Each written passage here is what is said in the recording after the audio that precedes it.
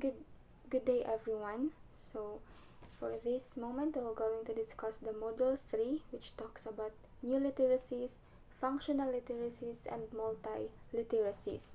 So first, when we say new literacies, it uh, it is the ability that is needed to learn, communicate, and work using digital tools and online information. So new literacies are modern skills that is needed to use technologies, social media, and digital tools.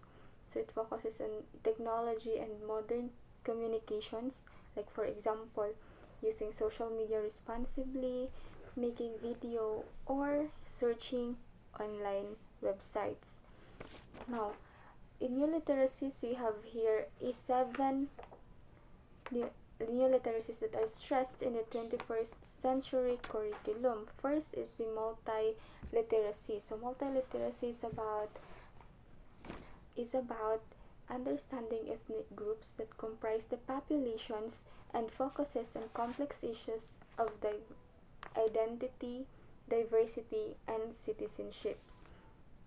Social multiculturalism is about understanding different cultures and identities. Second is social literacy. Social literacy is the development of social skills, knowledge, and positive values in human beings to act positively and responsibly in sophisticated, complex social settings. So it is knowing how to behave, cooperate, and to communicate with other people. Third one is media literacy.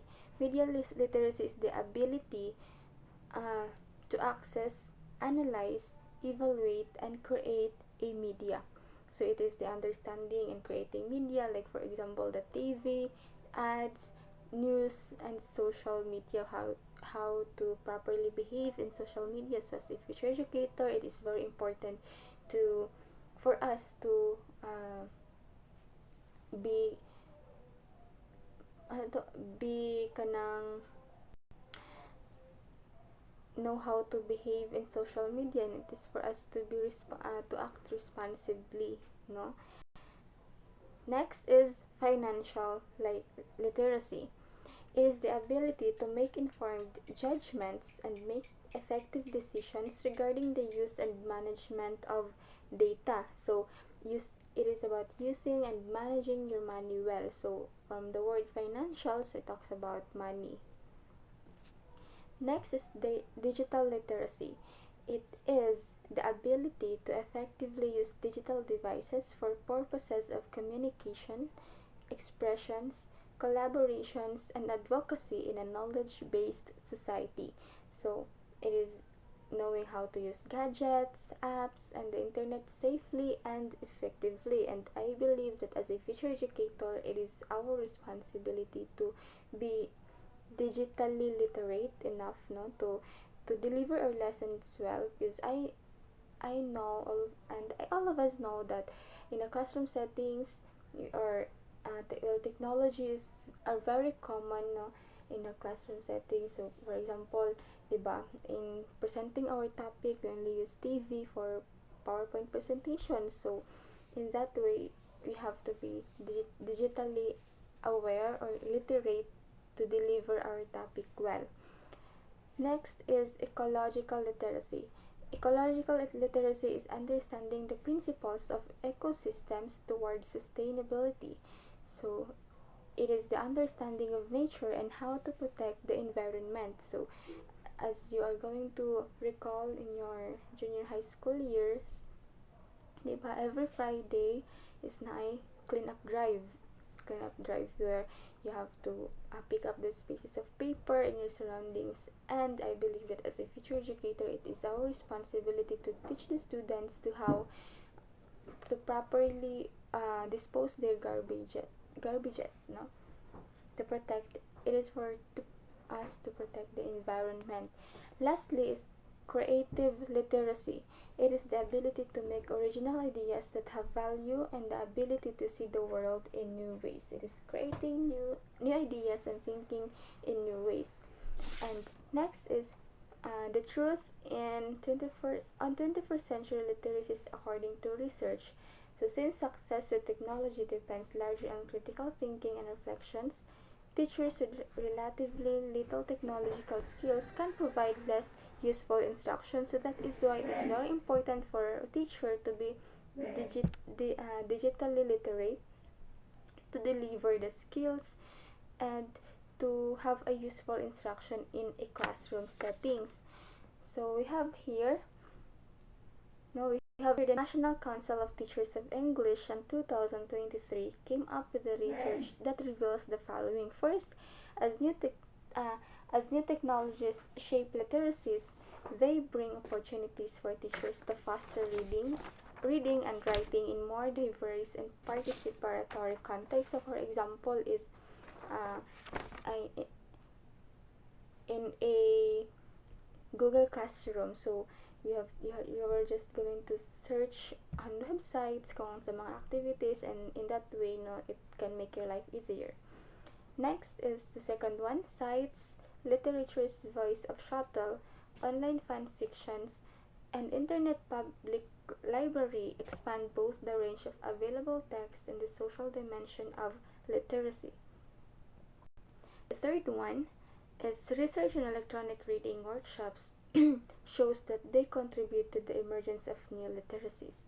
Next, research also shows that digital technology enhances writing and interactions in several ways. For example, when you write using laptops, it can make your life easier. Okay, mag-type lang ka, not handwritten. So, dili na siya time consuming. The fifth one is K-12 students who write with computers produce compositions of greater length and higher quality, are more engaged with and motivated toward writing than those who do not write with computers. So as I have said earlier, when you will write in computer, using your laptops, it can make your life easier by not consuming more time, handwriting, everything. So next one is college students who keep e-portfolios have higher rate of academic achievements and overall retention rate than those who do not keep e-portfolios. And I believe that all of us are familiar with the term e-portfolios, right? So during our previous semester, we we participate creating e-portfolios, so wherein we compile our academic achievements from first year up to this year, but not just academic achievements, also the extracurricular activities like the sports and other school activities. It is for us to monitor kung unsa to ang na-achieve with all those years. Next is the last one. Both typical and atypical students have received an online response to writing, revise their works better than those participating in traditional methods. So, when I say typical, it is the average students, and when I say atypical, it refers to both, depending on the context, like for example, the tamad one and the very sipag one. Next, let's move on to functional literacies. Functional literacies as an adult training to meet independently the reading and writing demands placed on them. So it is the basic ability to read, write, and use numbers in daily life. I believe all of us know how to read, right? So it focuses on survival and daily tasks. For example, reading a medicine label, filling out a form, reading a bus sign. Just the basic tasks in our daily life. Now, in functional literacies, the UNESCO states the following. First is literacy programs should be integrated to and correlated with economic and social development plans. Like for example, the teachers will teach the skills that will help the students in their futures. Next is the eradication of literacy should begin with population sectors which are highly motivated and need literacy for their own and their country's benefits. Now, the goal of functional literacy is to eradicate and literate, and it should begin with the people. So, it is, for short, the eradication of literacy. Next, the third one, literacy programs should be linked with economic priorities and carried out in areas undergoing rapid economic expansions. So, for example, here is the senior high school. During senior high school, in your grade 11 or grade 12, no, naman dyan the immersion, the OJT, no. Now, during those time, it can help the students to gain skills and knowledge about the real life situations in that certain area or the job ang ilahang nasudlan. For example, the students are assigned in the DSWD, so in that way the students will gain knowledge and skills kung ano sa to ang mga ginatrabaho dito, and that skills and knowledge will help them in the future sila ang pagtrabaho. So that's the example. Next is literacy programs must impart not only reading and writing but also professional and technical knowledge, leading to greater participation of adults in economic and civic life. The fifth one is literacy must be an integral part of the overall educational system and plan of each country. And next, the financial need for functional literacy should be met with various resources as well as provided for economic investments. For example, here is the TLE na strand or academic track. So the TLE is specifically the cookery. So nagtudlo na sila og every magluto-luto sila is ang teachers magtudlo siya og kanang skills sa mga students, sa learners nga on how to cook. So for example, in my experience is in my grade 9 and 10 year grade 10 ako is akong academic track nga ikuha is fisheries. So sa fisheries, every magluto mi og isda, or like for example kato nagluto mi og uyab. So in every group magluto siya, and then among finished product is ginabutang na mo siya container, tapos butangan og label and product name, and after that kay ginabalikan na mo siya sa mga teachers. So in that way maka-benefit me financially, makaginansya mi. So that's the example of financial need for functional literacy.